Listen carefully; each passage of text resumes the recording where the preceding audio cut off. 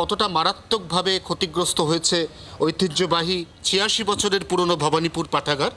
বাড়ির বয়স ২০১ বছর।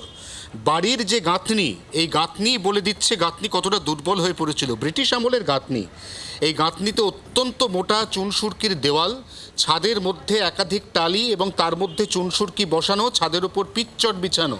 সেই অবস্থার মধ্যে ছাদ শুদ্ধ ঠিক কিভাবে পিলার সমেত এই বাড়ির একটা বড় অংশ হুড়মুড়িয়ে ভেঙে পড়েছে সামনের রাস্তায়, সেটাও একই সঙ্গে ক্যামেরাবন্ধু নবীন দেখাচ্ছে। এবং তারই মধ্যে বই প্রেমীদের জন্য একটু মন খারাপ করে দেওয়া ছবি যেটা আমরা দেখাতে বাধ্য হচ্ছি, সেটা হচ্ছে রাশি রাশি বই, থরে থরে বই।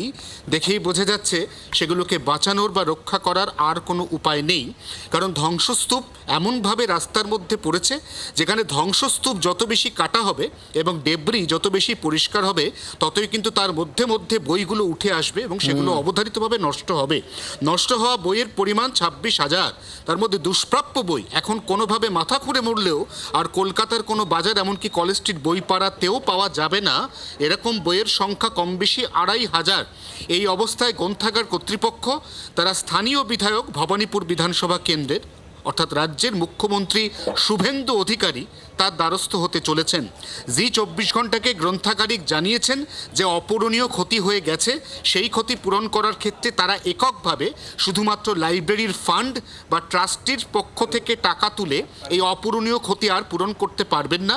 এক্ষেত্রে রাজ্য সরকার, যাদের আলাদা নিজস্ব গ্রন্থাগার বিভাগ রয়েছে, তারা যদি নিজে থেকে এগিয়ে আসেন এবং রাজ্য সরকার যদি সহযোগিতার হাত বাড়িয়ে দেন, তাহলে দুষ্প্রাপ্য নয় এরকম বইগুলো অন্তত বাজার থেকে আবার নতুন করে কিনে গ্রন্থাগারটি অদূর ভবিষ্যতে চালু করা যাবে। তবে এই বাড়িতেই গ্রন্থাগার থাকবে কিনা সেই প্রশ্ন নিশ্চয়ই উঠছে, কারণ বাড়িটি ইতিমধ্যেই বিপজ্জনক এবং কলকাতা পুরসভা এই গোটা বাড়ির বাকি অংশও ভেঙে দেবে বলে সূত্রের খবর।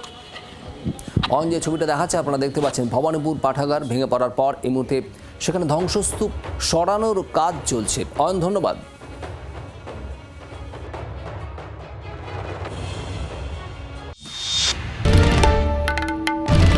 বাংলার আওয়াজ, বাঙালির আবেগ, জি ২৪ ঘন্টা।